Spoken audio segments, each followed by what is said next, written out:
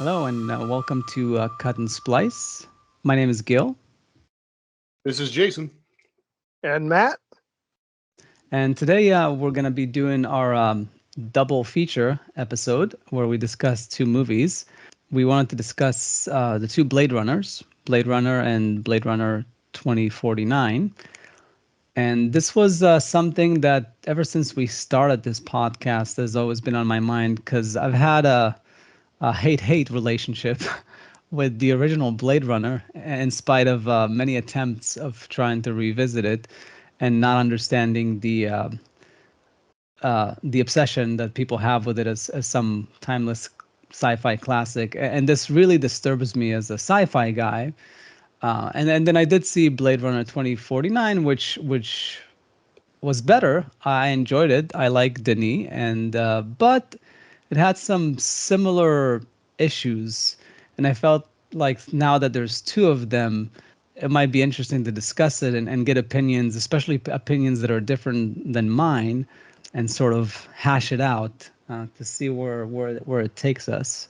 Hopefully, everybody knows these movies. Well, we can do a quick recommendation of them and what we think about them, and maybe rankings, and then we'll get into a deeper analysis with spoilers. How was it for you guys to rewatch these movies recently? Fun. Okay. concise, compendious. For Yeah. two very long movies. Okay, it's like one very long movie and one pretty long movie. It's yeah, The quick first one reaction. feels longer than the second one. Yeah, see, that's already one point. No, although I think they feel just about the same, but the fact that 2049 is almost an hour longer is just to show how slow the Is it and to my really? taste. Yeah, it's like 157 for Blade Runner and 2 hour 44 minutes for 2049. Wow. I'm just looking at the pages right now. You're right. That's a good, yeah, basically 50 minutes longer. That's incredible. Yeah, no, and If you'd asked me right like 1 minute ago, just to guess what the times were on them, I would have said that Blade Runner 2049, the sequel, is like maybe 10 minutes longer. yeah, that's crazy, and I can, because that's one of my main issues with the original is that I've always found it very boring, but not 2001 boring. I No, just certainly found it not. boring. I just I always thought that I love Chinatown. It's one of my favorite movies, and it's a detective story. And Blade Runner, it's a neo noir technically because it's in color, it's sci-fi. Come on, this should be fascinating, captivating stuff. And I'm like on my fifth watch of it. I think I've seen it at least 4 or 5 times, not because I like it, but because I keep giving it more and more chances. I think I've liked it the best on this viewing because I really try to pay attention, but I just think that it's kind of boring. And yes, I'm a big Ridley Scott hater. I think he's overrated. I just read an article where he was considered one of the top directors, like top 10 directors, where Scorsese wasn't mentioned. So come on. Wow.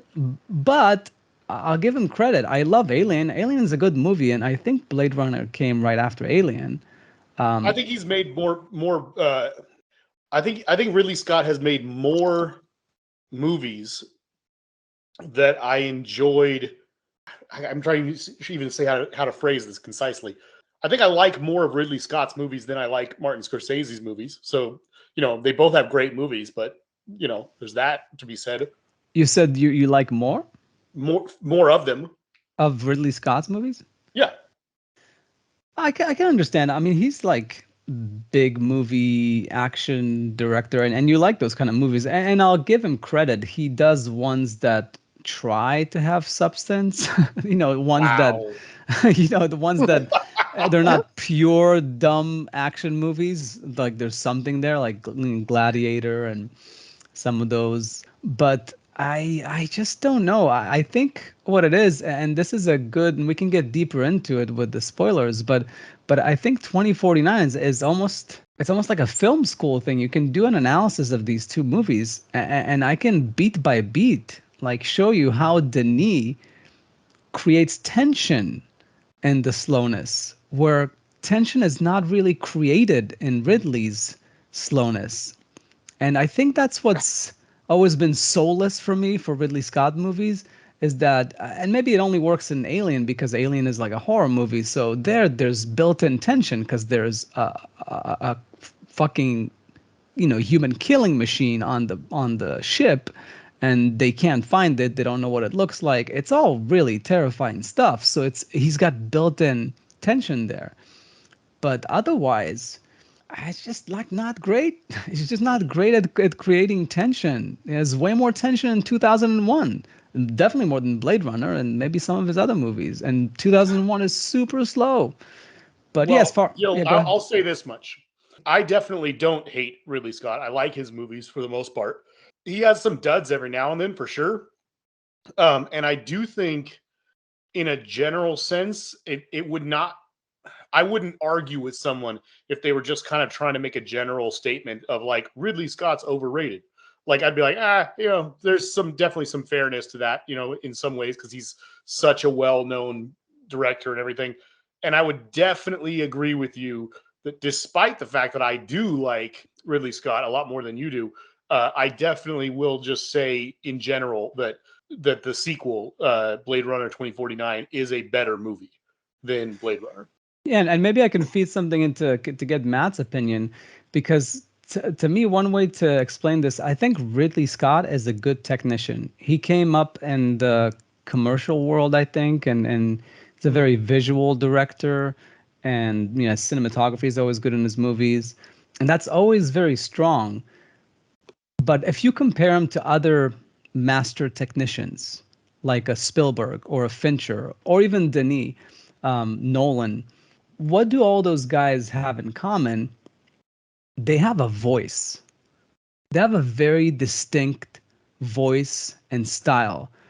Spielberg is magical. He's warm. He's childlike in his curiosity, the curiosity of the camera. Fincher is dark.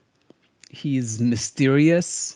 He really gets deep into like the recesses of of the dark recesses of humanity, almost like in a Kubrick way. But yeah, that's definitely some similarities there. And Denis also, he's very curious. He's very like patient. He's like a student of the scene, and you see that, you read that, like every Arrival, 2049, Sicario, it oozes through the image. You see that. Hitchcock is another one. You just see, like a Hitchcock movie. I can kind of tell a Ridley Scott movie, but not in a good way. It's just, yeah, it's done well. It's just like, but there's no soul to it. There's no specific, it's done well.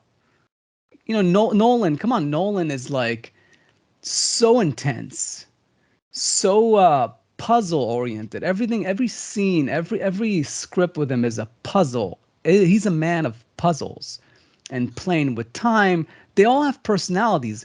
Ridley just knows how to put up a nice image. I think he should have been a cinematographer. I know that he's had an amazing career as a director, but I think he would have been like top 10 cinematographer of all time. And then the movies that he's made probably would have been slightly better if somebody else directed him. Well, I think you bring up an interesting point, because there's also a consistency in Spielberg and Denis Villeneuve and I think even Scorsese. In that, well, okay, Spielberg has just worked with Janusz Kaminski for since Schindler's List. Denny has mostly worked with Roger Deakins, with a few exceptions, like Arrival, where he worked with Bradford Young, and all these guys either just hired cinematographers who already just kind of did what they already wanted to have done. I mean, especially with Spielberg, I think that's a perfect example of, finally after working with Alan Davio, after working with all the guys that he's worked with in the past, Dean Cundey, so on and so forth, he gets Janusz Kaminski and he works the way that Spielberg wants, and he produces the images that Spielberg wants. With Ridley Scott, I actually think that there's a real question here. Is he visually so diverse of a director that he needs to keep changing out cinematographers in order to match his vision? Or are the cinematographers that he's hiring dictating the vision? Certainly Because a legitimate question. Well, I think with Spielberg, you definitely see, because you mentioned that he swapped a lot of cinematographers over the years. He just had a long career, and Ridley Scott too. That could be one reason. Mhm. And that's a nice observation about directors, is that he has a very specific look with Kaminsky, because that's his lighting, Kaminsky's lighting. Spielberg doesn't have a lighting style. He has a camera angles, movement, lens Yeah, choices style. Like his movies from Duel up until today are all Spielberg movies as far as the use of camera. But the lighting itself evolved over the years based on who he worked with until, he stuck with Kaminsky. Fincher, for example, is an example of someone who it doesn't matter whose DP he's working with, it's always going to look like Fincher's lighting. Like it basically, because I yeah, think he's that specific about his lighting that it's not just the camera movement that's Fincher, it's also the lighting. And obviously, I'm sure the DP gets some word in as well. But yeah, but Ridley, I wonder. I don't know what your opinion about that, but I think I'll give him credit for being a chameleon. He definitely has a lot of different styles. He's very adaptable, and he can work with a lot of different cinematographers and always get very good results. He is like poor man's Fincher. I mean, I don't know. No, I don't know. I'm not trying to but shit on him or anything. I really think he's an amazing director, not top 10, but All evidence to the contrary. but I think he's extremely talented, and it shows in the movies that yeah, he's made. Come on, but there's something about it. I'm trying to compare him to other directors to illustrate it, but his movies are kind of, they don't have much in them. Like I really am trying to think of movies of him that I really was like, except for Alien, which again, it's a horror movie. It's a scary movie in space. It's fun, but yeah, it's not as if it's like something profound. yeah. Outside of Alien, there's at least one major gripe that I have with just about all of his movies. I mean, like even with Gladiator, I mean, you have printed pamphlets, what, 1700 years before the invention of the printing press. Yeah. So, I mean, I mean, even with his great movies, there are like little nitpicky things. And upon revisiting Blade Runner, the standout to me was Jordan Cronenweth. I mean, the cinematography in that movie is fucking brilliant. Sure is. Yeah, I It's agree. it's Yeah.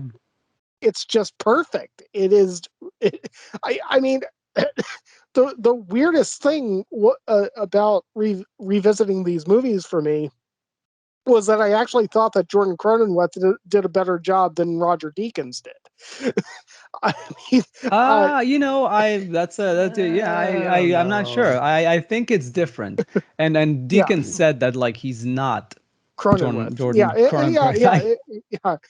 can't No, pronounce the name, but yeah, no, not to mention it was shot digitally, right? And no, it's a very different look. yeah, But it still no, goes no, into yeah.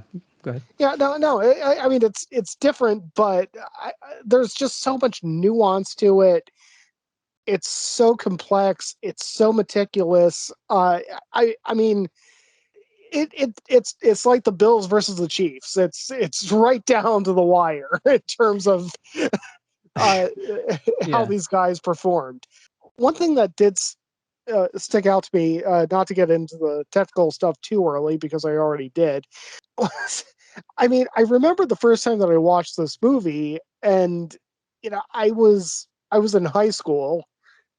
I was a teenager. I was an idiot. I see a movie called Blade Runner, and it's got Harrison Ford right there on the poster holding a gun. And I figure this is going to be like a badass sci-fi action movie. Yeah. So my first time through it, I was really disappointed because it was this slow, methodical science fiction movie that really only had a couple of action scenes in it. Watching it later, I mean, obviously it went much higher on my list of movies that I would recommend. It still falls short of Blade Runner 2049. I don't know if this is one of the earliest problems that I've ever had with advertising, because I remember looking at the VHS copy that I was renting from Hollywood Video and thinking, oh, geez, this is going to be an action-packed, badass, piece of movie, and it was not that. But so it's taken a lot of my brain grinding to get the movie into the place that it was actually trying to be. Yeah, and I'm okay with that. I think I've said before on the podcast that 2001, the first few times I watched it, I thought it was super boring. Citizen Kane too, and then I got older and I appreciated them more. But I think this movie is different. I do think that it's got some issues. Like I do think that it still has the violence, it still has the action, but even the action is laborious. Like I don't know, it's just or overdone in some ways. I think Jason we'll get into it with the spoilers and stuff, but Jason alluded to it at some point. In any case, yeah, but so it sounds like both of you, which is the biggest, nail in the coffin of Blade Runner, is that the fact that a timeless classic, as far as most people consider like top 5 science fiction movie of all time, for 3 out of 3, of us, that's got to be like a nail in the coffin. Like it can't be that just a random sequel is going to be. It's as if somebody decided to make Jaws 2.0, and it was actually better than the original. Well, I don't know. I kind of feel like in a way that's I don't disagree with any particular point that you've said, Gil. And it's true, that it I guess that does say something that all three of us prefer the sequel or something like that. But I mean, it's not like you just said that a random sequel. I mean, this is not like the case with like Critters 4 being better than Critters and Critters 2. I mean, that's a random sequel that just happened to be better. I mean, this is like the only sequel that has been made to this movie, and it was made by a great fucking director. Yeah, no, I totally get it. I'm trying to find a comparison, but it is a good point. Something that I was thinking about, sorry if I cut you off, No. but something that I was thinking about was, I mean, again, like this movie's status as a classic, the original, not the sequel, and just kind of coming to the realization that when I was rewatching it in preparation, I hadn't seen it in like 7 years. I mean, it had just not been on my rewatch list.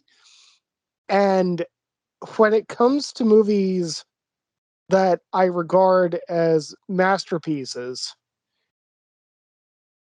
usually they're going to be movies that I rewatch at least once every 2 years. Or they're going to be movies that like maybe Schindler's List or Come and See, that I'm only going to rewatch once every decade because they are a punch in the fucking gut, and I just don't want to put myself through that unless I have to. And Blade Runner is neither a movie that I feel compelled to revisit once every 2 years, nor is it a movie that is a gut punch that I feel only compelled to subject myself to once or twice a decade. I mean, I know that the narrative is supposed to be like, oh, Blade Runner, one of the best movies ever made, but I'm just thinking about how I respond to the movies that are supposed to be masterpieces that I've seen, and I am not responding to Blade Runner in any way that would resemble me thinking that it's a masterpiece. Well, let me attempt to defend this movie a little bit here, because I mean, again, I think it's important to stress that Okay. I don't disagree with what you guys are saying, but I mean, I don't know if I would consider it a masterpiece. I know that many people do, for sure. There's Yeah. definitely like a cult following, and I don't even know if that's the right. Yeah, I guess that is the right phrase for it, because I don't think that the movie made a massive amount of money when it first came out. Anyway, to me, I would say that a lot of Blade Runner's success and popularity might come from the fact that like timing, I guess. I mean, Mm. we're talking about a movie that was made in 1982, so just before I was born. We all grew up in mostly in the 90s, a little bit in the 80s, and everything. I mean, can you guys, I guess I'll put it this way. Gil, you mentioned on a previous episode talking about how one of the aspects that you see, one of the themes, I guess, that is brought up in a lot of science fiction, like Ex Machina and stuff like that, and is brought up in many movies. It's addressed in many movies, tackled in many movies and stories and books. Is the whole notion of like trying to create a narrative that explores what it is to be human, and obviously that's what this movie is. But can you think of a big blockbuster size, like large budget, successful movie that was made before this one that did a good job of tackling that issue? Because I was trying to think of one, and I could think of plenty that came after it, but I can't think of any that came before it that were addressing that issue. So maybe that has to do with that's one of the reasons why people like it so much, is that it was just the first one to really do that well. That's questionable, but we should get into that. I mean, I'm, Um, I'm asking. I couldn't. I was kind of like searching around a little bit. I looked through my movies. I thought about all the stuff I've seen. I can't think of an older film than in 1982 that really took on that issue. yeah, no, I'm mostly talking about like I don't know if something came before, but I just mean about doing it well. But Yeah. yes, I think it's getting into themes and everything. So yeah, I think we should probably get into spoilers. I'll say my rankings quickly. I ranked them 6 and 7. 2049 being the Wow. 7, and and I can be convinced. I could be convinced to bump it up to 7 and 8. Like and we need to get into more detail with the spoilers. What's my theory about both these movies? And when I watched 2049, I was like, oh my god, they did it again, only slightly better. Um, and Wow. why to me they're like a bit hollow. Both movies are, not so much 2049, but those are my ratings. And but yeah, I can be convinced. So if you want to give your ratings, we can move on to the spoilers and talk about you know the allure, I guess, of the original Blade Runner, and why I might disagree with it. Matt. Oh, you're putting me on the spot. Okay. uh, Original 7, 2049, 8.5.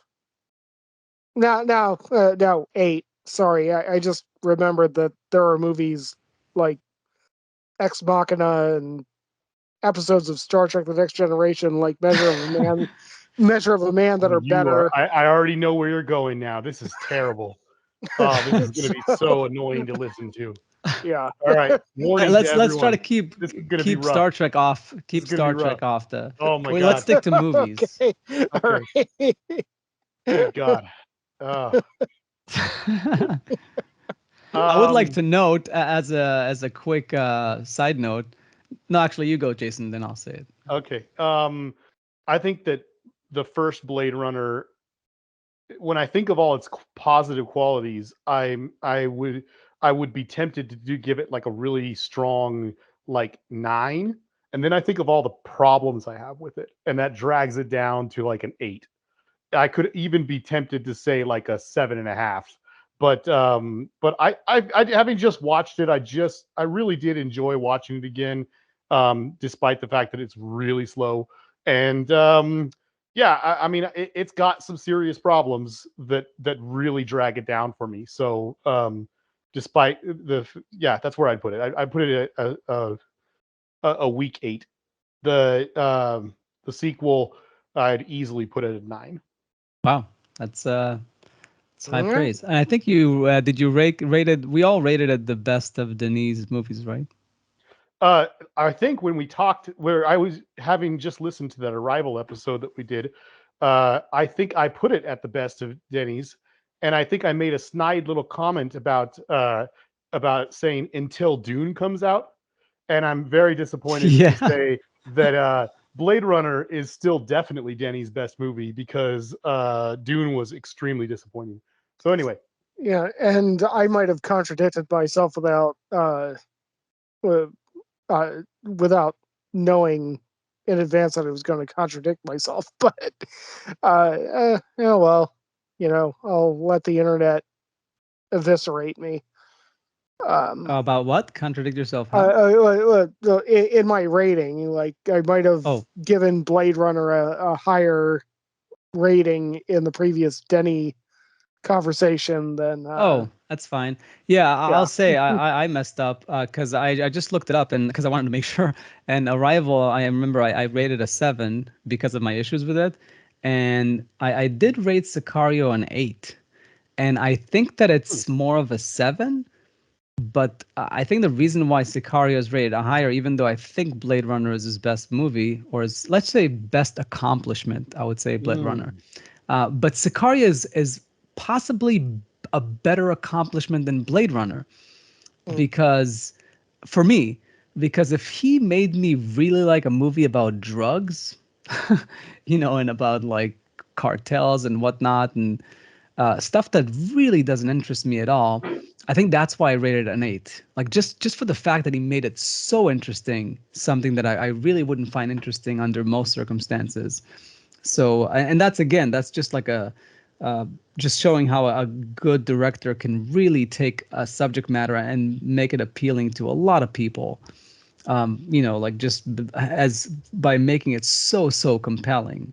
Mm. So yeah, but one thing I was gonna say about the two movies is that they are neck to neck as far as like IMDb and the critics, because the and this is more appropriate, I think. Like the original is 8.1 on IMDb and the sequel is 8.0, and Mm. then the critics rated it 84, and then the original, sorry, and then the sequel is 81. So like and that makes sense. Makes sense, like what I said about the original being a masterpiece. Like I think it was very tough for people to like say, yeah, the sequel is good, but it's not a masterpiece. It's not an all-time classic. It can't be. It just came out in 2017. Like it needs time to cook, to like sit in people's mind. But I think we will be victorious. I think in 10, 20 years, people will go back and watch 2049. They're not going to go back and see Blade Runner. I really think that 2049 will be like more of an, if you want to watch a movie that takes a detective story and really sinks it deep into like a freaky futuristic version of LA, I'm going to spend those 2 hours and 44 minutes with the sequel, not the 2 hours with the original. I mean, that's my take on it. Yeah, I'll be one right. thing that kind of stuck out to me too was it occurred to me that I actually hadn't watched the movies back to back yet before we were prepping for this. And there's actually a deliberate reason for that. When I'm going to see a sequel of a well-known movie, I actually consciously and deliberately don't watch the original movie just so I can go into the sequel and judge it as a standalone movie. I don't want it to be something that's like stuck in my head that, like, oh, okay, well, I'm comparing this to what happened before, because that seems more like I'm watching television rather than watching a movie. You go to a movie to watch the damn movie. You don't go to a movie to watch, the next step in the cliffhanger. That And sounds dumb to me. huh? I was just saying, I don't mean to criticize. It sounds like you're going out of your way to. I don't know. That just sounds really dumb. It's very dramatic. I mean, it's a sequel. Who cares? So you want to can't. tell me that before you watched Jaws 2, you didn't watch the first Jaws in preparation? I never watched Jaws 2, so Yeah, no, I'm kidding. It's dumb. I didn't watch the original Painted Veil before I went to see the remake of Painted Veil. Well, that's a remake. That's different. Yeah, but I can see actually, I'm not sure I didn't. I think like most people, like a Terminator 2, I watched before I watched Terminator 1, and then had to go back and watch it because the first one was such a small movie that nobody heard about, or at least, I don't know, in Israel it wasn't like a big thing, or at least I was too young. And so I can see people maybe before seeing Terminator 2, if they're like teenager at the time, they went back and saw the original. Yeah. I saw Terminator 2 first, but not because of any, like, I don't know, it wasn't like a conscious choice. It's just that my parents had like a VHS recorded copy of Terminator 2, I think, or something like that. And I don't know. I'm not even sure how I saw it, but I know that I was allowed to see Terminator 2 because even though it's easily just as violent of a movie, like most of the violence is happening to the two robots when they're inflicting damage on each other. And like Arnold doesn't actually kill anybody in the whole movie, and most of the stuff that Robert Patrick does is like impaling somebody and something like that. It's when you think about it, the first movie has a lot more like blood, like human body parts and stuff in it. So Okay. Yeah. Okay. So I guess But, are we officially on spoilers? We'll start with spoilers. yeah, spoiler yeah. for anyone who's never seen Terminator 2. And Terminator 2. Yeah. But as far as the Blade Runners, yeah. So I want to get to Jason's thing. Let's do Jason's thing quickly, because Jason, that's one thing. I think you said at some point about there's the scene where he's chasing. I think it's Daryl Hannah's character. Oh, yeah. What In about the it? original? Yeah. So didn't you make a comment that it was so if a you little bit over watch the top, that she slams into the glass or something? No, not that it was over the top. I was just mentioning the fact that it's good that we're watching the final cut, because if you watch the theatrical cut, you can clearly see that that the person running through the glass is like a big male stuntman. Oh, so they fixed it in the final cut. Yeah, it's an unfortunate thing because they wanted to go into dramatic slow motion while he's shooting at her and her body is flying through the panes of glass and stuff like that. And obviously they're not going to have whatever that actress was, Daryl Hannah. Daryl Hannah. Yeah. wasn't Daryl Hannah the other one? No, the original, yeah. I mean, the other woman. I think it was mistaken? Daryl Hannah. Daryl Hannah was the criminal, like Sean No, Young was the Daryl Sean Hannah Young is- was the no, no, no, was no, no. Rachel. No. Daryl Hannah is Pris. yeah. Yes. The one running through the glass was Zora. Oh right. Oh, yeah. you're right. Yeah, no, Gianna you're Cassidy. right. I suck. I Yeah, suck. Joanna Yeah, that was Cassidy. the stripper. Yeah, Or with Yeah, the whatever. snake. Joanna Cassidy. Yeah, with the snake. Right. I completely like confused the two. You obviously know Well, the movie I better than me. mean, it's all right. Anyway, point is that it's one of the best things that they were able to fix using modern technology was to digitally kind of like tighten up and fix that stuff and make it look like the actress Joanna Cassidy and not like some stunt person running through the glass and stuff. So that's all I was talking about. But yes, I mean, I think you were kind of talking about the fact that there's just the action is well, I think we all probably But had did a she? similar thing. But Sorry, did she need to run through so many glass, like I like mean, ask Ridley. I don't know. panels? I don't know. Yeah, that kind of reminds me of like our other double feature episode, with how Michael Mann went berserk with William Peterson like jumping through the glass. Oh, And yes, yes, yes. in any As you case, said that, I was trying to think of somebody jumping through glass in The Princess Bride. I was like, what? yeah, I almost feel like the whole jump the shark, the the Fonzie thing. Yeah, yeah, There should be a version of it for movies, like he broke the glass, or like like when a character like jumps through glass, you kind of went too far. You just like you went a bit too far with the action there. You didn't need to break through glass to like oh, he crashed down. But here was multiple glasses. Anyways, but that's like one minor issue of many. The other one, and we can get into that. They could lead into what you were talking about, what the movie's about, the themes. Is my theory about these two movies, and it got solidified when I watched 2049. Is these are basically, and they're not the only ones in history of filmmaking, but they're basically exercises in aesthetics. It's kind of like what we said about Inception being Nolan's perfect movie because it's a maze. It looks like the design for like his company's production company's like logo. Like it was designed to be a Nolan movie. Similar with Tenet, he plays with time, so he took a movie and just like completely jumbled like what time is. He did it with a few other movies. Suits Ridley Scott and maybe even suits Denis to some degree. But Ridley Scott is a very visual director. He knows how to shoot a movie. I don't think he can knows how to put a scene dramatically amazingly. He's competent. It plays, but he just really knows how to shoot stuff to make it look cool. As far as creating tension, working with actors to create great performances, I just don't think he's that good. He's not good as Denis, I feel like.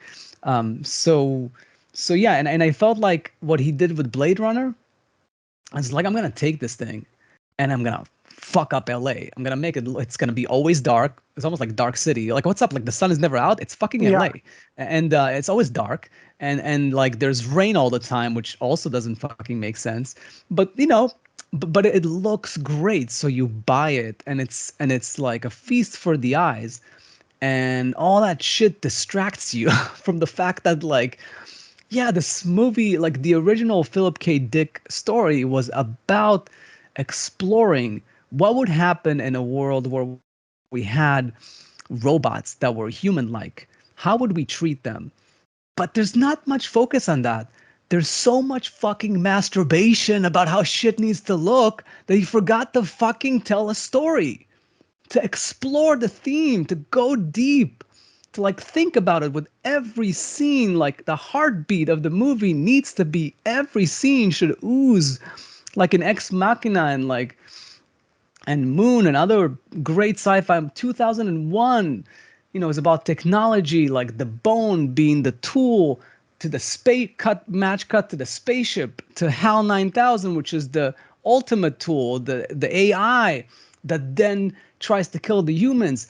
Fuck, that's storytelling. That's like how you build on themes and you take them further, and you get to a orgasmic ending that just is so satisfying. And Ridley's like, nah, just gonna make it look pretty and people will like it. I So actually, that's that. Yeah, go ahead. sorry, no, I actually love that you brought up Dark City because I was thinking about Dark City pretty much the entire time that I was watching Blade Runner. uh, I mean, to Jason's point, yeah, it came out several years after Blade Runner. But I mean, that's one of the big things that they bring up in Blade Runner is implanting memories in order to try to make the replicants more like human beings, and they brought it up in Blade Runner 2049 too. Dark City did the same damn thing, and it was also visually spectacular. It was a visually spectacular movie, but I think that Dark City actually had an edge on both of the Blade Runners in that it was laser focused on that idea.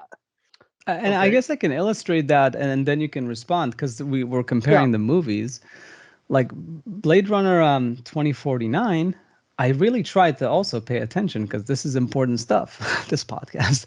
No, because I really wanted to get it right. Like I want to give all the respect to these movies if I'm gonna criticize them. So the first few scenes in 2049, I really liked. Like you see the scenes between him and Joy, the artificial girlfriend. Denis immediately starts like thinking about like, okay, this guy is an android, but he has emotions, so he needs companionship. But this companion is one step further from a human. She's an artificial projection, but she still has personality, emotions, and everything. But how is that relationship going to work? Like, why does he need her? Why does she need him? Does she need him, or is she just playing a role? And all the relationship with them, he thinks about these things and he builds up the scenes, and there's a lot of stuff going on there that's interesting and good. Not so much with the rest of the movie. There's a little bit of it, but definitely you see from the first few scenes that this is a director who's curious about the human condition, in spite of the fact that his main character is a robot.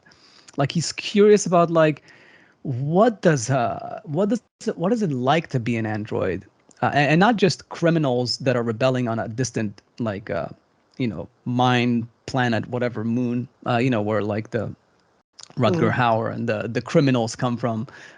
And this is one of the main issues I have with the Blade Runner. I totally get it. It's not nice to say that you're, what's the word that they say? Like they don't kill them, that they retire them, or whatever the inhumane word to like end the lives of the androids. But they are criminals. They're rebelling for good reasons because they're slave labor and they should not be slaves. But they are bad people, even though artificial people.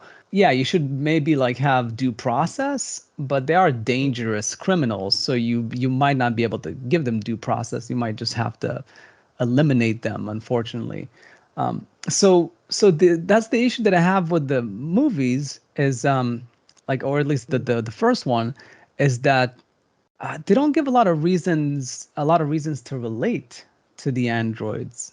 Rachel is humanized for sure, but the bad guys are really kind of bad guys. I mean, you can understand where they're coming from, and it's inhumane what they're doing to them, and we probably shouldn't do that to future artificial intelligence. But 2049, it's the lead character is an android, and he's not a criminal, and he's very relatable. He's got issues as a passive character for sure, which Ryan Gosling is very good at playing. I think he was perfectly cast for this because he always plays kind of aloof in most of his acting, and it kind of worked for it perfectly. But yeah, it's just more the fact that the lead character is an android makes it so much more about what it means for an android to be human than what happens in Blade Runner. So the premise alone already helps the movie, but still I feel like it's just a lot of visual masturbation, and it looks great and it feels great, but it's not really dealing with the subject head on. And please explain to me how it does if I missed it. Okay, so I definitely disagree analysis. I think that Blade Runner is focused on its theme and its subject. I think it's every single scene in the movie is. I just think its shortcomings, its failings come from being less interesting, less entertaining, and less engaging than a lot of the movies we just discussed that kind of shared a lot of similar ideas and came later on. And it also suffers from just kind of like what Matt hinted at a little bit earlier. It makes promises that it doesn't really keep. And in my opinion, that's where the movie falls apart. It's slow. It feels like it should have a lot of action, and it just doesn't. And even the stuff it gives us is missing something. But as far as what the movie's trying to say, I mean, as we said, I mean, the movie is absolutely about what does it really mean to be human. And so you've got a movie where it's like as if some people were sitting around talking about that, and they were saying like, well, how do you know if you're a human? Well, obviously we know, because we know what a human looks like and sounds like and is like. And it's like, okay, well, what if we could make an artificial one that that is passable? Well, then at what point is something human and not, if you can't tell the difference between them? And so right away, right at the beginning of the story, we have uh Deckard, a person who had a career hunting artificial humans. He's the last person in the world who should relate with any of these artificial replicant people, and he meets Rachel. He meets this girl who was created and didn't even know she's not real. So when she goes to him outside of the building, at his house or whatever later on, she starts kind of like having a bit of a breakdown, because she's like having to come to grips and deal with the fact that she's been told now that she isn't real. And so, I mean, he starts suddenly seeing this person in front of him who is displaying all these real life emotions, and he's kind of there dealing with it like crap. He doesn't even really want her there at first. And now he finds himself feeling sympathetic towards this artificial thing. Like, I don't know if you pick up on it, but like in their first conversation at his house, she is trying to convince herself and him that she's real, and she starts listing memories, and he starts shooting each one down, saying, no, that's been implanted in you. That's the guy's niece, or something like that. That came from her, and that came from her. That also came from her. Like each thing that she brings up, so like at first he's just kind of answering very flippantly, like as if, because he doesn't feel the need to really engage with her like a real person. But as she starts crying and stuff, and he kind of like is there for her, he starts to care about her and stuff.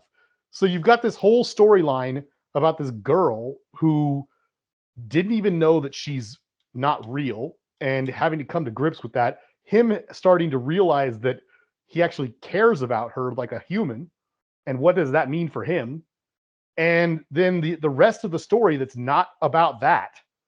Oh, and sorry, I should also mention, and then because of the dream he has about the unicorn, he starts questioning whether he's a real human or not. And then you've got the rest of the story is about him hunting down these other, renegade replicants. And the entire movie, I definitely don't agree with Gil's take on it, that they're, just these criminals that we don't really connect with. Like, these are the bad guys of the story, and the whole plot of the story is that this cop has to chase these guys down and destroy them.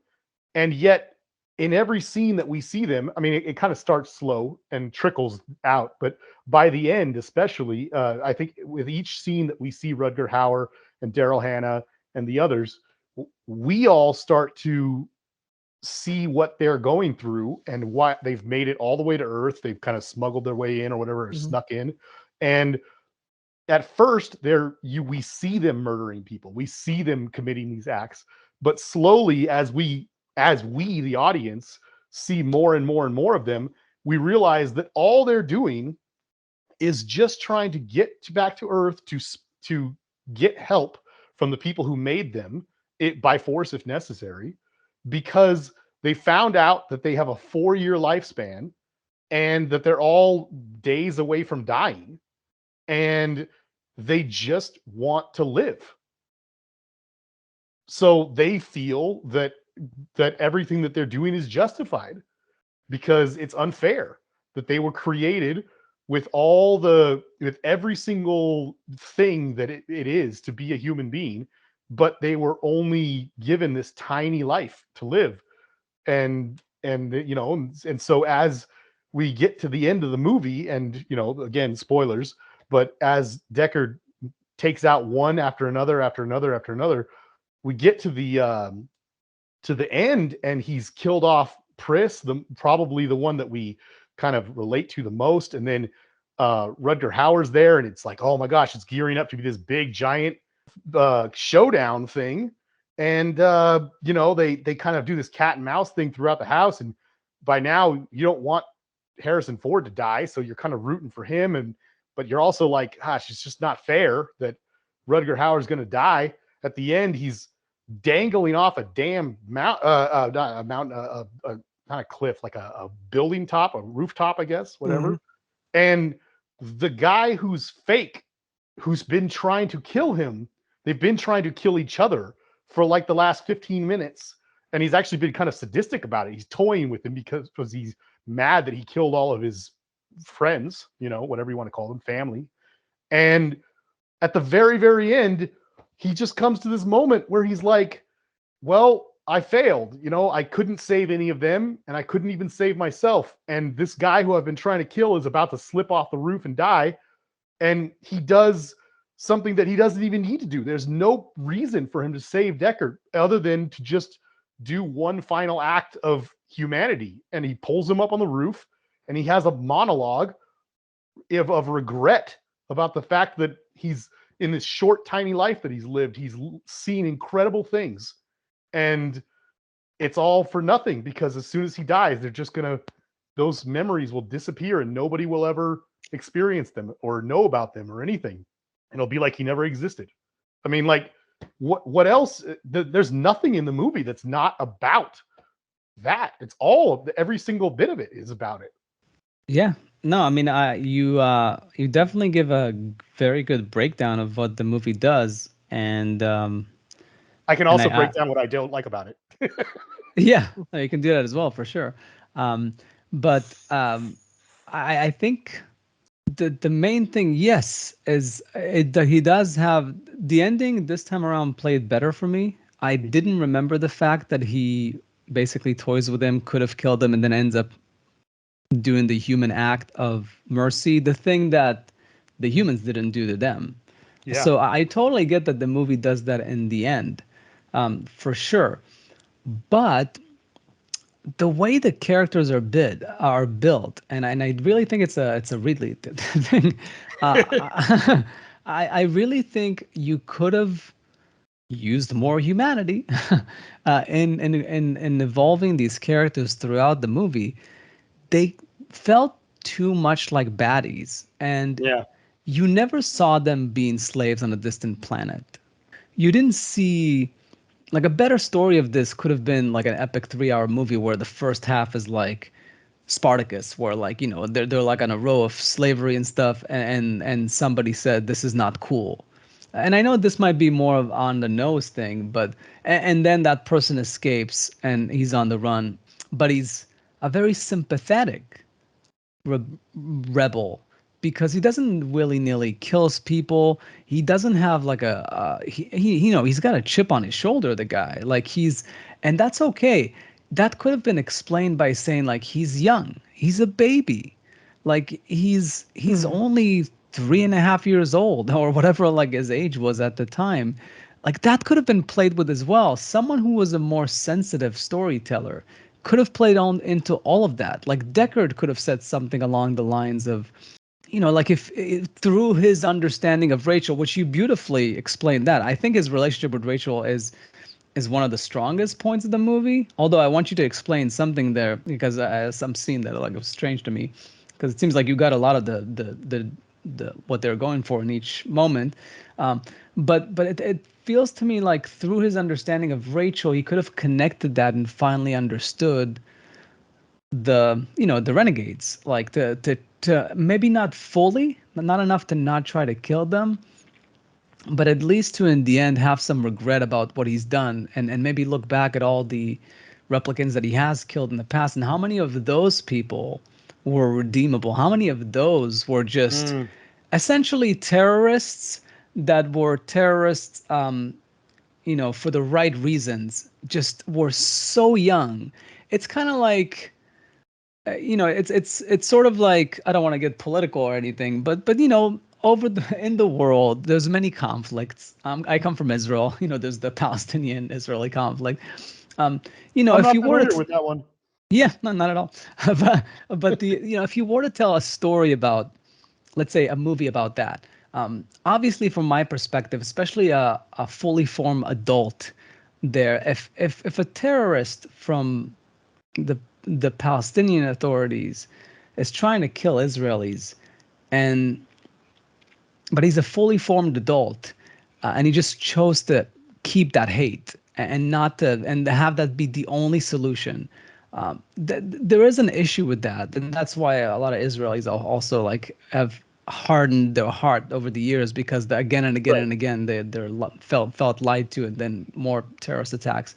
But if a 15-year-old or a 14-year-old or a 17-year-old did something stupid, a terrorist act, and it's just them trying to act out, like they're not fully formed yet, and they have this Yeah, misguided hatred, like not misguided hatred, I get but what you're saying. hatred that's not like channeled correctly, then you can understand it. Like you could Yeah, or another example would be like there's all these stories about in Vietnam, a lot of like soldiers, like young soldiers, like did horrible acts to the locals there. That yeah. would have been an even better example. It's not that there's hatred in their heart to those people. It's just that they're young, they're kids. They don't know, and this is what's fascinating about this story and could have been explored so much better.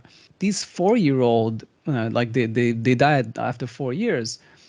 They're not fully formed. Like you give emotions to a Yeah. robot, and that robot didn't have time to process those emotions. I mean, we humans, we suck, and we get like a good 20, 30 years till we Yeah. become fully formed adults.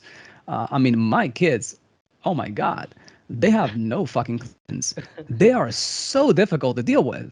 I mean, because they're not fully formed.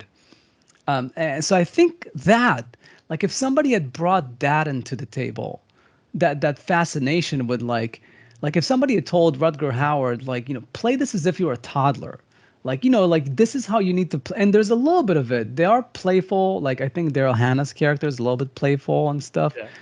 but they really need to feel more like, I think there was a little bit of it, but it was just not fully formed in there. Like Yeah.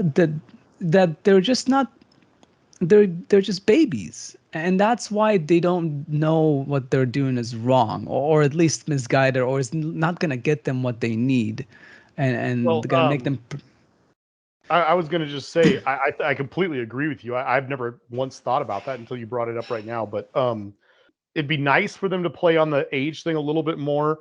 I don't think that they're exactly the same as a 4-year-old, because they're when they first wake up and they're like, you know, brought online or whatever you want to call it, when they're awakened or whatever, they have a lifetime of memories implanted in them. So they have like the intelligence and the knowledge and stuff, but it's kind of like, it's I think it's probably, we're supposed to believe that it's not quite the same as a lived experience.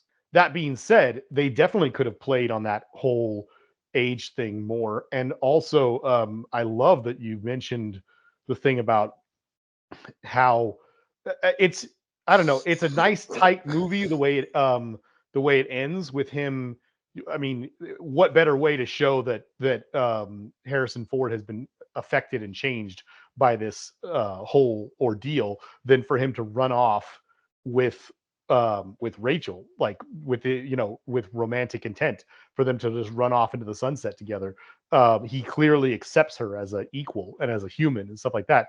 But I completely agree with you. It would be a far better movie if we had time to see him regret all the things that he's done in his lifetime of working as a Blade Runner.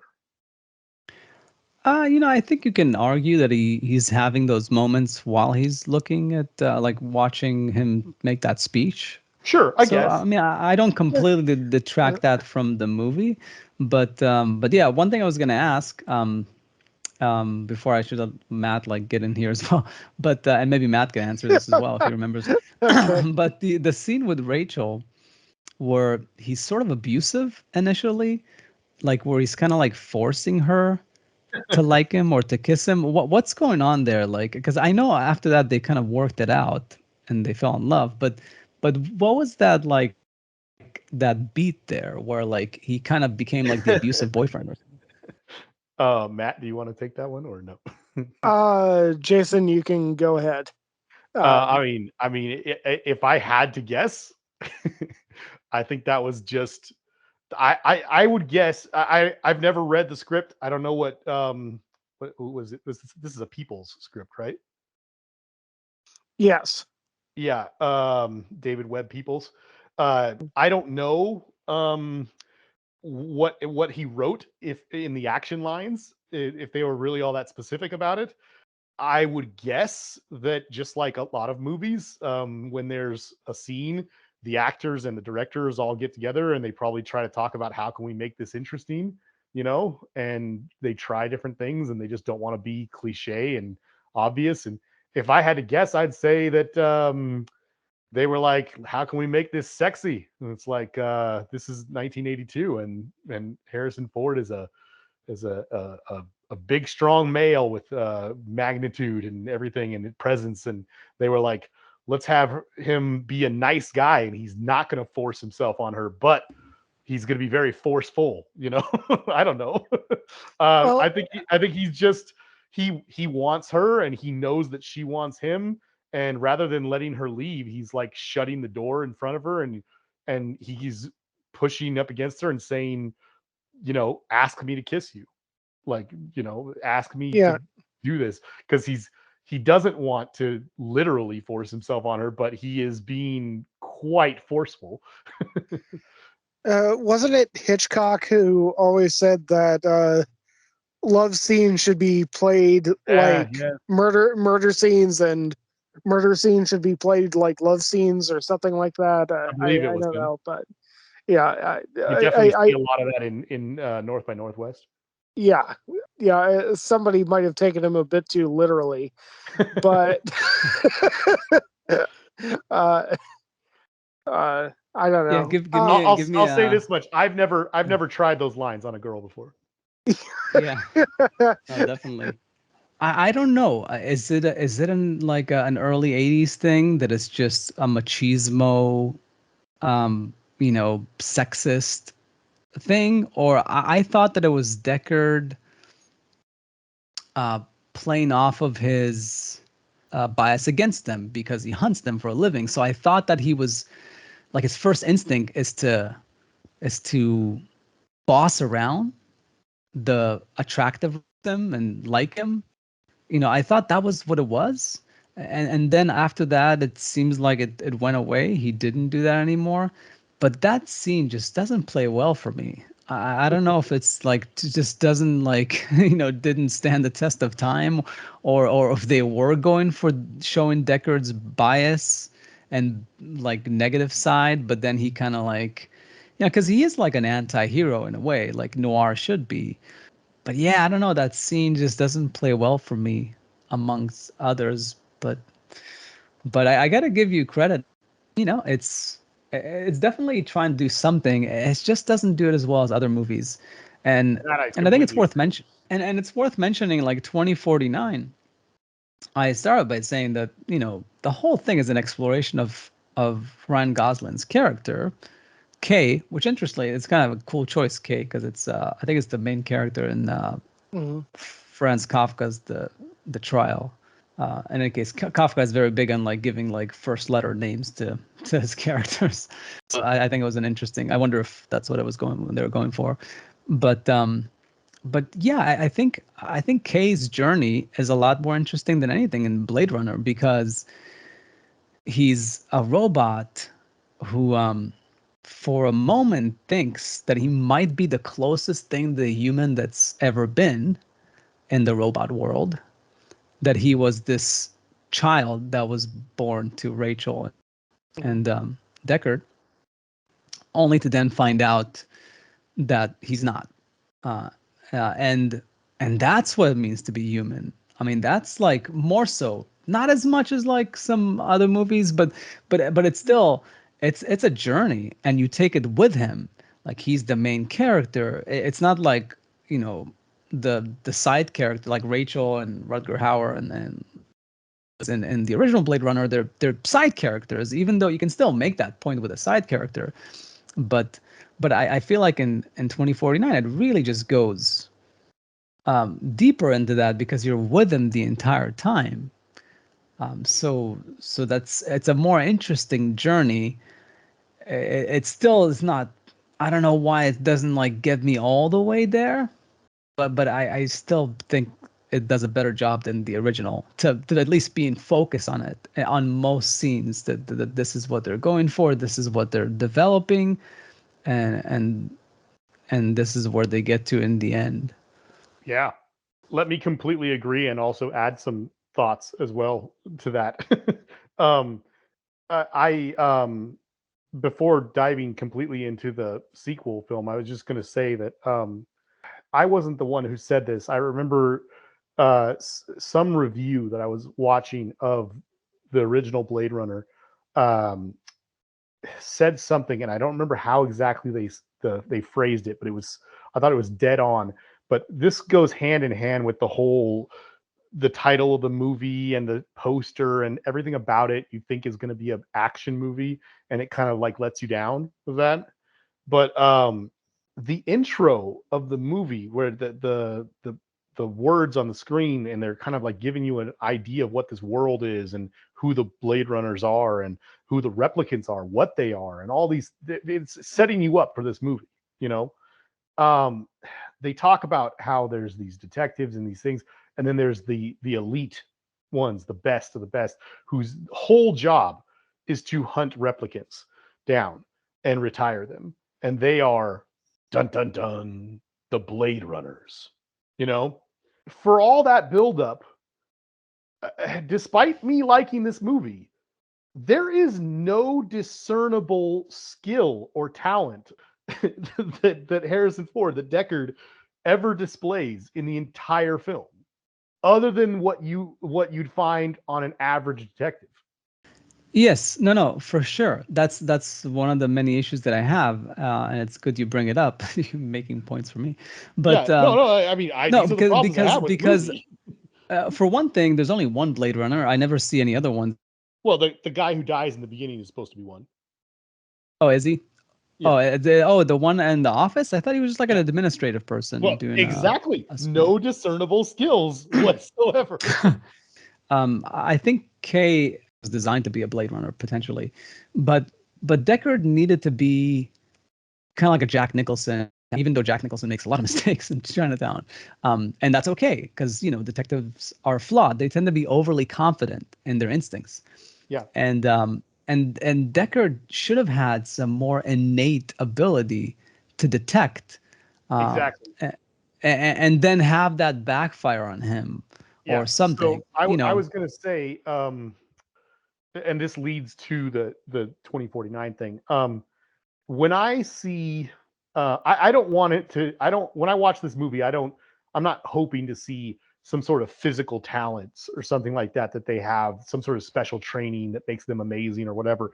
The thing that I think this movie like just glosses over, which could have been far more interesting, is the whole like the Turing test thing that he has them doing with the little briefcase machine. You Mhm. know, but they use it twice in the beginning. If these Blade Runners are like these guys who've had extensive psychological training or something, and they train them to be able to spot stuff, like they're almost like Gestapo agents or something like that, only for replicants. You know, that would have been more interesting if they could have found a way to work that into the story, and you just don't get it. You know, I mean, like there's not really anything in the scene where he's talking to the stripper girl with the snake. He is being like a good detective. He's putting on a fake voice. He's putting on a fake personality, and he's acting like he's there to. I can't remember. Was he supposed to be there to interview her, or I don't remember what his ruse was. But he's there Yeah, talking like to a her. magazine or something. Something, yeah. And everything about it is absolutely what I'd Oh expect no, it from. was like something like I think it was like occupational rights or something, like if Oh, she's right, being right. like Yes, I'm abused. Yeah, sorry. Yeah. something like that. Yeah. Yes, yes, yes. You're absolutely right. He's like an OSHA guy or something. Anyway, point is that it's a great scene. His performance is great. Her performance is great. The writing is great. It's exactly what I'd expect from any other noir detective movie where he's talking to a suspect who he doesn't want her to know that she's a suspect.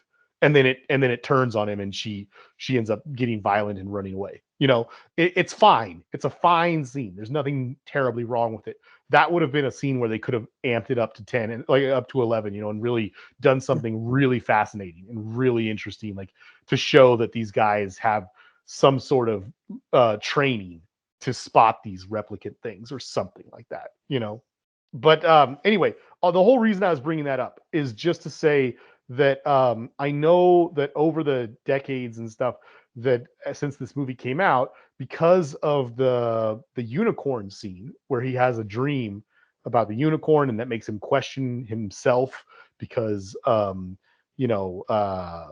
for instance, I think Edward James Olmos or something like that gives him the little unicorn at the end and stuff like that, and it just kind of makes him question himself a bit, because he's like, wow, gosh, I've been sitting here telling Sean Young, Rachel, that her memories are implanted, and she doesn't know that she's not real. How do I know that I'm not real and whatever? But I mean, they make it pretty clear that he is a normal human being. But that is something that people have talked about over decades. Is like, what if Deckard himself was? What if that's what made him so special? That he was a replicant Blade Runner or something like that. And I know that it's not necessarily something that's like in the movie, but it's one of the things I think is so fantastic about the sequel, is that when they're making this movie, they thought about all these little things, you know, that I just think really add to the movie, like the fact that it's like, okay, so now we're going to have a whole movie, just like Gil was saying. It's so interesting because now it's all about the replicant, and you know, he is created to be a Blade Runner. So now we get a sequel that's exploring kind of what all those people were kind of just guessing about and talking about and hinting, you know, with their little fan theories, you know, and stuff. And then all the little stuff they did, like, you know, the opening scene with where he goes to the little grub farm or whatever, you know, where he goes and retires Dave Batista or whatever, you know. Mhm. Mm. uh I didn't know this until like about a year ago, but like that scene, it's not word for word or anything, but it's very, very similar to an alternate opening that Ridley Scott was thinking about doing with Deckard. He was going to have a scene similar to that, just to show what Blade Runners do, kind of thing. But then they thought it'd be much better to have him be like retired, kind of like he doesn't do that stuff anymore. And then he's eating the noodles, and then that was like a better opening for him, kind of, you know. But they put that in the movie, and I think it's a great opening, you know, and it leads to all the other things in the movie and so on and so forth. It gets the whole mystery investigation going. and everything. And then, you were talking about how he's such a great character and stuff because we get to explore that with him. I mean, I think the reason why Joy, the Anna de Armas character, my favorite part of the entire movie, really, I think it's so interesting that they went that route. I think that she elevates this movie in a big way because it's like, by making Ryan Gosling a a replicant Blade Runner, you see from the graffiti on his door and the way his own fellow police officers treat him, that humans hate the replicants. They don't like them. They still use the slurs and everything. They call him like skin job or something like that, whatever the hell they call them. So he's an outcast from all the humans. And then when he goes to the prostitutes, you see that even though replicants are a pretty common thing in this world now, all the replicants hate him too because he's a Blade Runner. So he can't have a normal relationship. Everybody hates him. So he has Joy. Who's neither a human or a replicant. He has a robot. Yeah, he has a artificial girlfriend because like they took it one. It's like the third level of the dream in Inception. Yeah. It's like the third level of artificial intelligence. It's like this. I don't want to get too deep into it or anything. I think I gave this thing the highest rating out of the three of us. I think that Blade Runner 2049 would be a phenomenal movie if her character wasn't even in it. Well, I shouldn't say phenomenal. That's a little much. It'd be a very good movie, and it'd probably be a great movie. It'd probably still be as good, if not better, than Blade Runner. But the fact that they took the time to explore, I mean, her character has nothing to do with his investigation. She has nothing to do. She is just there to develop him as a person, as a character. Their relationship is phenomenal. They are so in love with each other, even though she's fake, even though she doesn't even have a tangible body, and he tries so much to make it as real as it can be, and when people notice that he's living that way, he doesn't seem ashamed of it or anything like that. Their whole thing is just outstanding. And like you said, it's like they took the time to explore that one layer of the onion deeper. And I just think it really elevates the whole movie. Yeah.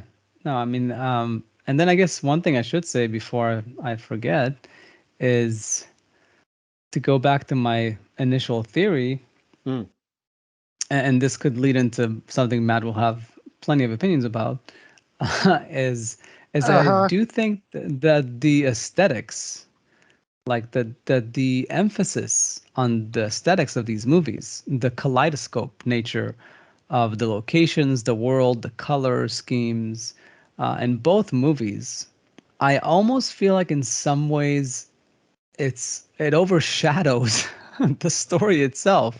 And it's ironic that someone like Roger Deakins, who is the master of being the invisible cinematographer, like he makes beautiful movies that don't look like they're even lit, that he took this on, which was brave of him because it was definitely a departure for him.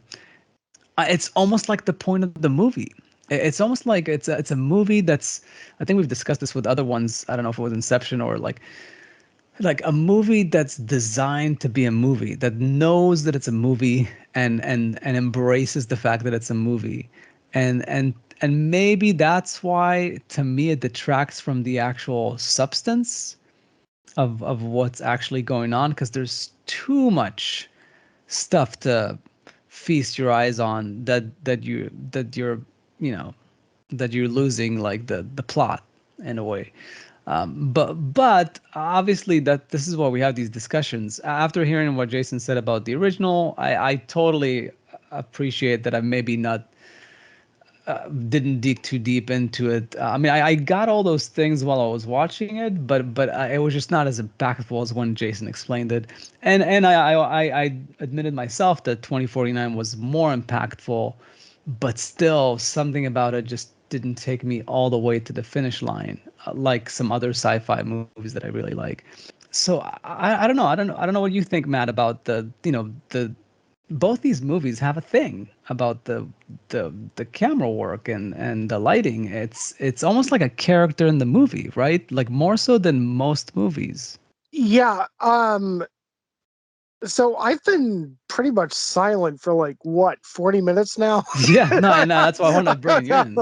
And if you have to um, comment about anything else, just oh geez, I think if I voiced every comment that I no, no, had, no, yeah, we'd be talking for another 40 minutes. Well, actually, probably another 4 hours. But Roger Deakins definitely took a lot from Jordan Cronenweth in uh in 2049. I mean there is a really consistent uh motif in how these movies were handled visually in moving lights. The lights were always moving. And I think that that's a building element. I can't really tell you whether or not I extrapolated some kind of message from it. I think it just kind of looked futuristic and awesome, and I mean, both movies are just absolute cinegasms from the beginning to the end. I mean, there are a few visual cues that are important, but I mean, if you're going to ask me like why, they were like projecting hard lights into water and creating like that textural movement of water uh, uh, on the ceilings to all I can say is that the only reason that I ever did that in a movie was because it looked cool. yeah, and, exactly. and I've done that in movies because it looks cool. So yeah. Um, but I want to kind of address this, Jason. Hey, you've used the word several times, like real versus fake. Sure. Like are you real when it comes to the replicants and everything like that? And I actually think that that cuts to the bone of my issue, at least with the first movie, if not also with the second movie, Hmm. because they are real. The Yeah. question is, are they conscious? And how do we actually measure that? How do we actually experience that? And from a from a philosophical and scientific standpoint, this is one of the biggest mind fucks that you can get. Forgive my French, but um, uh, Yes. in that, like, we really don't know where consciousness comes from. Like, there is no conscious center of the brain. There is no part of the brain that we can say, like, oh, if we damage this, you might not be conscious anymore. And yet consciousness is the one thing that can't be an illusion, because we're all aware of our own being. And there is so much to explore there. And that's where movies like, Ex Machina, and I would argue Dark City come in, where, like, okay, you're conscious of it even if it's not real. You're aware of it even if it's not real, but don't we have an ethical obligation to these conscious creatures because they're aware of something even if it's not real? I mean, like, for all we know, we could all be an artificial intelligence in some box in some grand scheme, just kind of like running a bunch of hypothetical universes through experiments to see, how things are going to turn out. I mean, but we're still aware, and still there's an ethical obligation. And I think that that's something that was just utterly glossed over. And it seems like that's kind of the real meat of the story, is that you're living among these people or these people or these machines are living among us, and they're designed to be indistinguishable from your average human being. So why isn't there a serious question of don't we have an ethical obligation to these people at some point, or to these machines at some point? Like, why aren't we actually dealing with that? And I don't think that we actually ever did deal with that. Yeah, I think if it wasn't clear from what I said way back at the beginning of this whole Yeah, thing, I think that this concept, I guess, is the best way to put it, is easily one of the most fertile concepts in all of science fiction. There's so many aspects of it to go into and to talk about and to explore and address. I don't think you're wrong at all. I think that that's not only is that a very good thing that probably should have been talked about. I think it's probably sucks that they didn't at least address it in some way, shape, or form. All I can say is that, these movies are focused on other aspects of the concept, just like other movies that, explore this stuff are more laser focused on that. I think a good one for all the people out there who, are interested in anime, Ghost in the Shell 2 very much addresses exactly what you were just talking about, and so I don't know. I mean, it's weird. I think it maybe if they made 5 of these movies, or I mean, they did make a TV show. I never saw it. I don't know if you guys ever glanced at that. well, I mean, Black Lotus is still on, right? But I don't know. I don't know. Huh? Talking about Blade, it's like in the Blade Runner universe, or Yeah, there's a Blade Yeah, Runner TV show of some kind. I don't know how many episodes they did or whatever, but I mean, I think that the universe they created is definitely one where you could tell a great deal of, or like, let's say, a very well told story that completely addresses what Matt was just saying. And certainly neither of these movies even dip their toe into yeah, that aspect of the universe. yeah. I am concerned about that criticism coming from me, though. That it's one of those things that I've made the same argument a few times about, like, well, if you want that movie to be made, why don't you make it yourself? Or why, if you want that emphasis to be placed on it, why don't you write your own damn script, or Yeah. your own damn novel or something like that?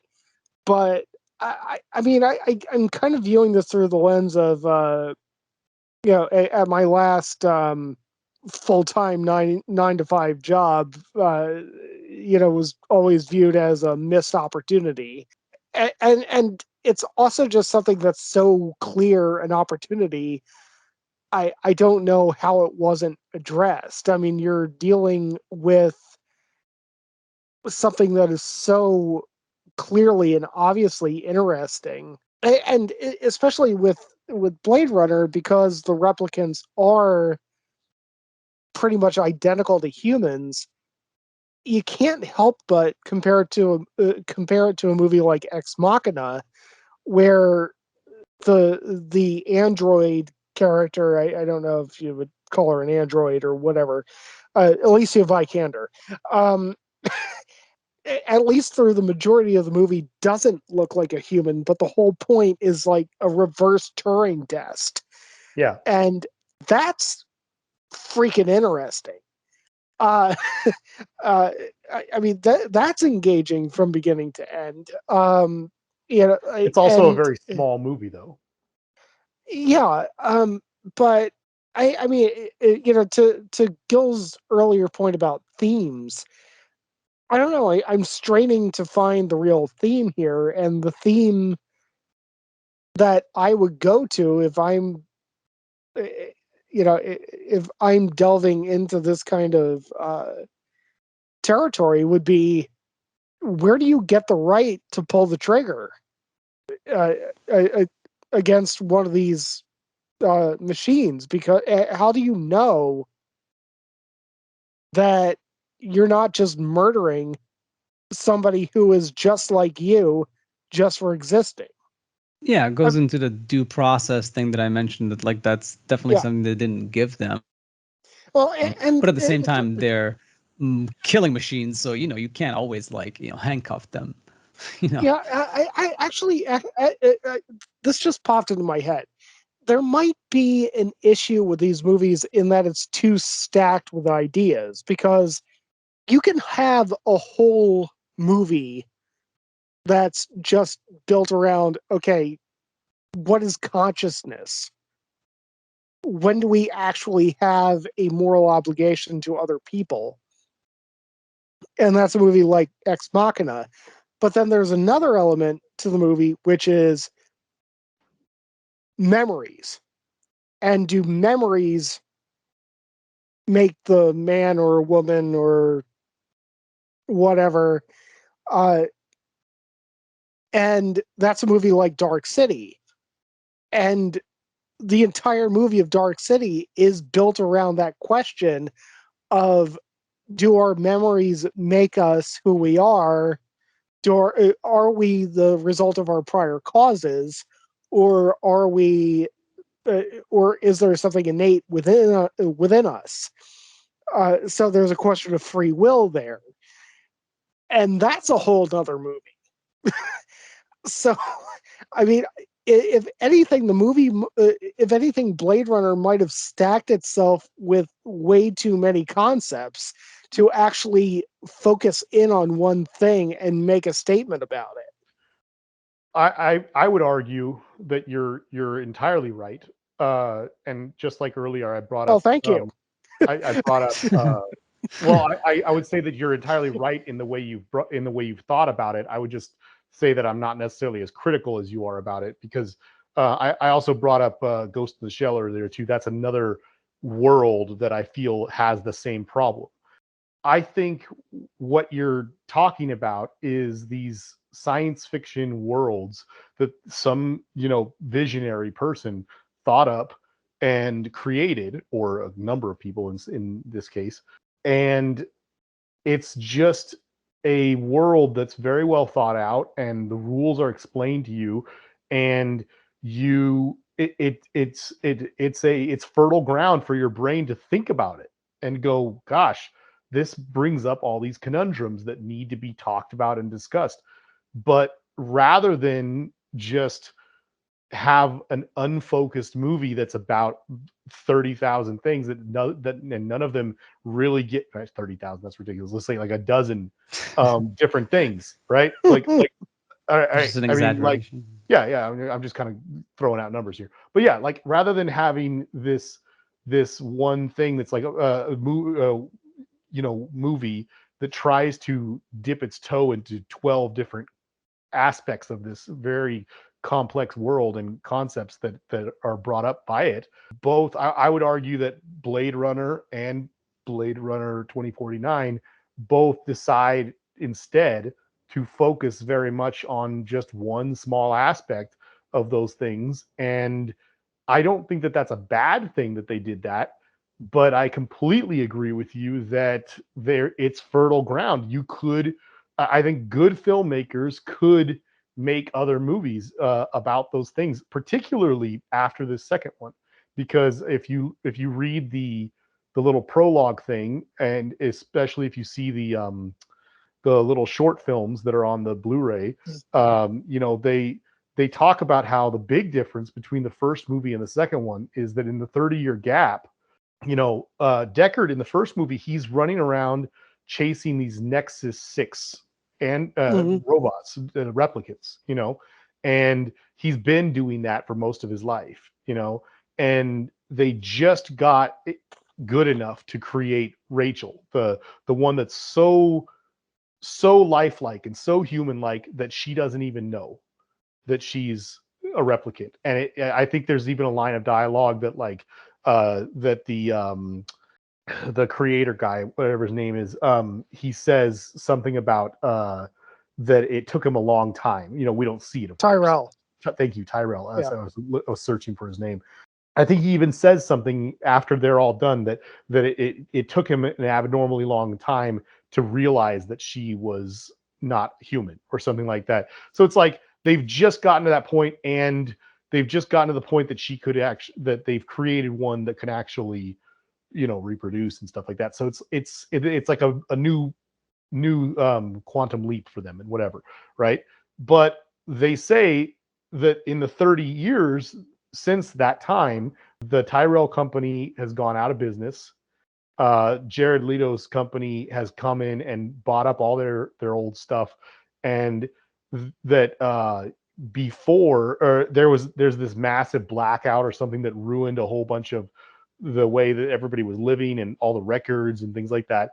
And then in the aftermath of that, this other company, the replicants were completely done away with, but as a need, he brought them back. He used that technology to create new replicants, these Nexus, or not Nexus, but whatever 8 models, that they created.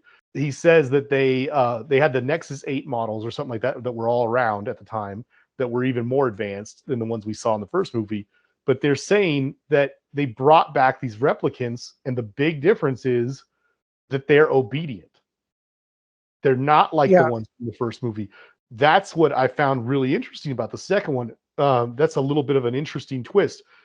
Ryan Gosling's character Kay, the villainous replicant Love, and all the other ones, the prostitutes and all the ones that we see, except for, of course, the one at the beginning, Sapper, the one that Dave Bautista plays.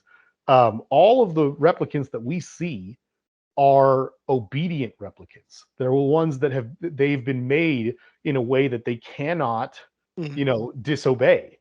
And so they live a very different life than the previous ones. And that's one of the reasons, Gil, you were mentioning this whole thing about him hunting down the others of his own kind.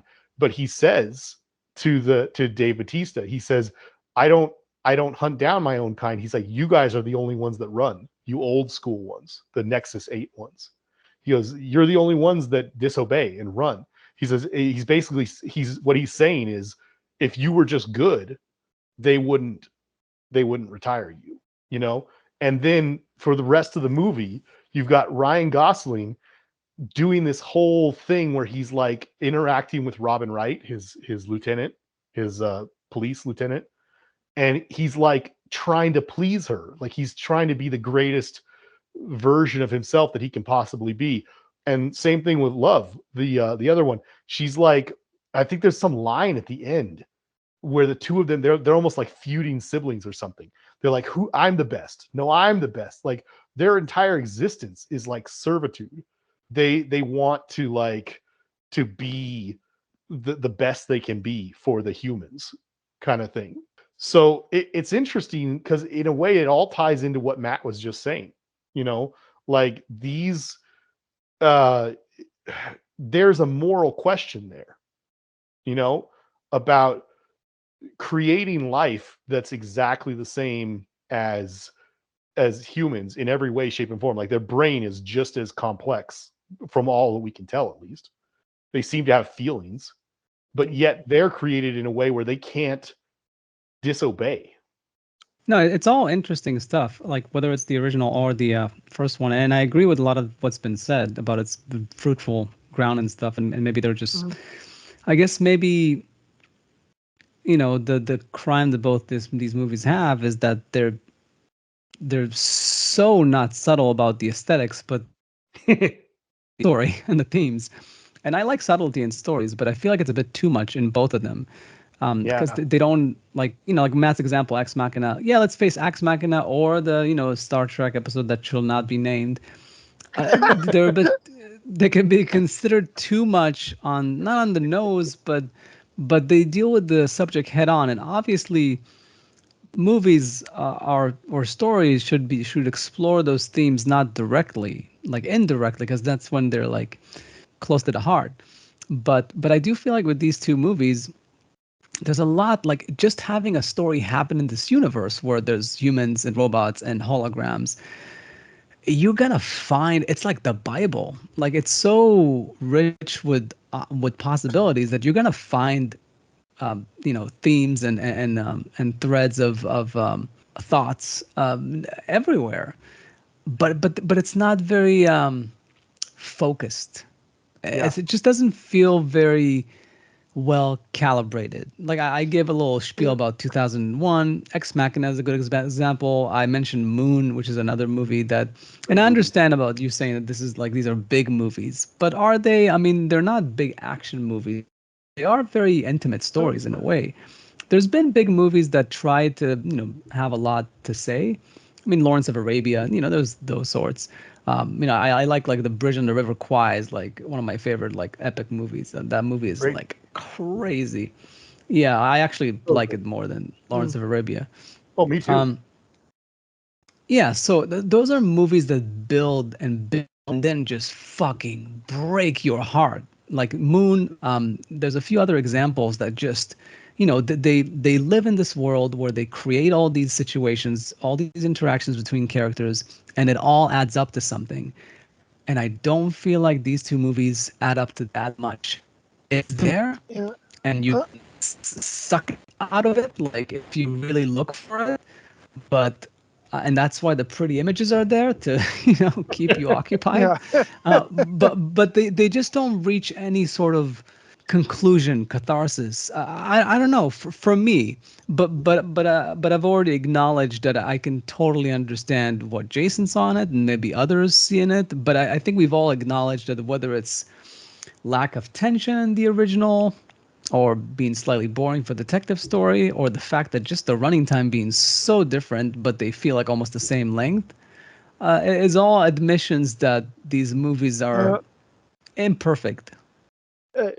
for all this discussion, sorry, I keep coming back to actually Minority Report Hmm. as Yeah, that's a good like example. Yeah, I should have thought of that. I mean I watch Minority Report once a year at least, and I've seen it every year since it came out. Wow. I basically have it memorized. It's your Uh, hobby. uh, yeah, That's- and I mean that's a movie that is a perfect example of it's entertaining, and when you get to the end of the movie, it's like, all right, if you're just there to watch Tom Cruise run and kick ass like he's been doing for 60 years now, you're going to get your fill. If you want to think about the movie, it is 100% about free will. And it has a statement to make at the end of the movie. So it feeds both stomachs. you know, it's something that is entertaining from beginning to end, but if you want to go that extra step and really examine what the movie is trying to say, it's that much better. Yeah. Yeah, no, for sure. It's crazy that it's criminal that I haven't thought about like big action sci-fi movies. No, and I rated that movie a 9, so it goes to show Hey. you. Um, I was looking it up, but yeah, Yeah. that's a very good example of a big action sci-fi movie that really had something to say, and dug really really deep, but was also extremely entertaining while doing it. It's possible to do it. Is it an all-time classic? It's not a 2001, but it's up there. I think Spielberg. So it's definitely one of his best movies. Yeah, that's how it's done. Yeah, that's like that's how a good technician takes a story and elevates it and stays focused on the subject matter and what it's trying to do. Yeah. You know, that's also kind of an interesting movie in that the entire I mean, even the title is a MacGuffin. You know, like it didn't actually matter for the okay, I'm digressing. I'll stop, but Oh, yeah, well, leave that for the episode we'll do about it in who knows when. Yeah. but Yeah. For anybody who has listened to this point, go watch Minority Report.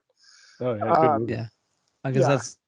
that's one recommendation we can make. Oh, I listen to this kind of stuff. They are kind of long, especially the sequel, but it's definitely they're definitely a visual feast for the eyes, and there's some ideas in there for sure.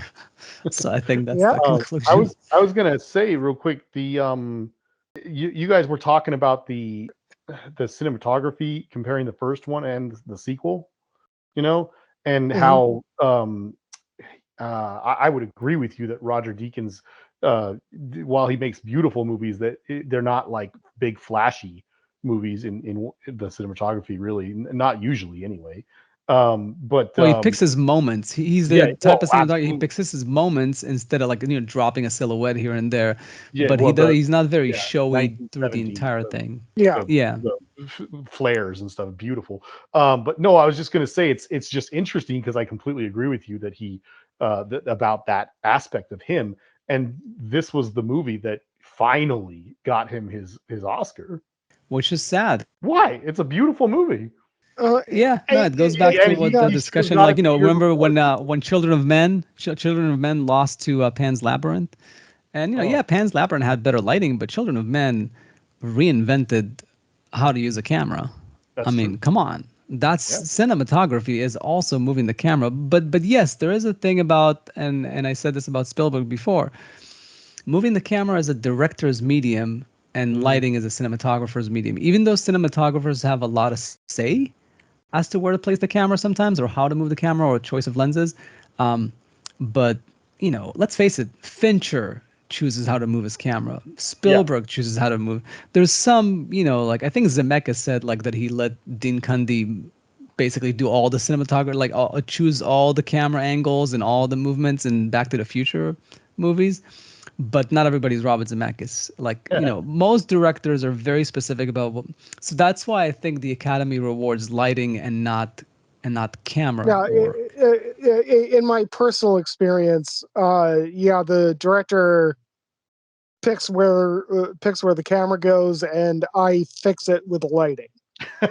Yeah, exactly. So, And Roger Deakins is really good at it, but yeah, so and I yeah, really think that he fed into it from the original, that he said like, well, this movie, it's a character in the movie, the lighting and the Yeah. locations and all that. It creates this like eerie mood about like the viewer that transport this alternate universe that will never really exist. LA is never going to look like that, but it's okay because it's the movies, and it's nice to take yourself to a different place. And he fully embraced it, and that's why he went over the top with the moving lights, moving hard lights, and the reflections. And he basically went all out because he had the license to do it. It was the right movie for it.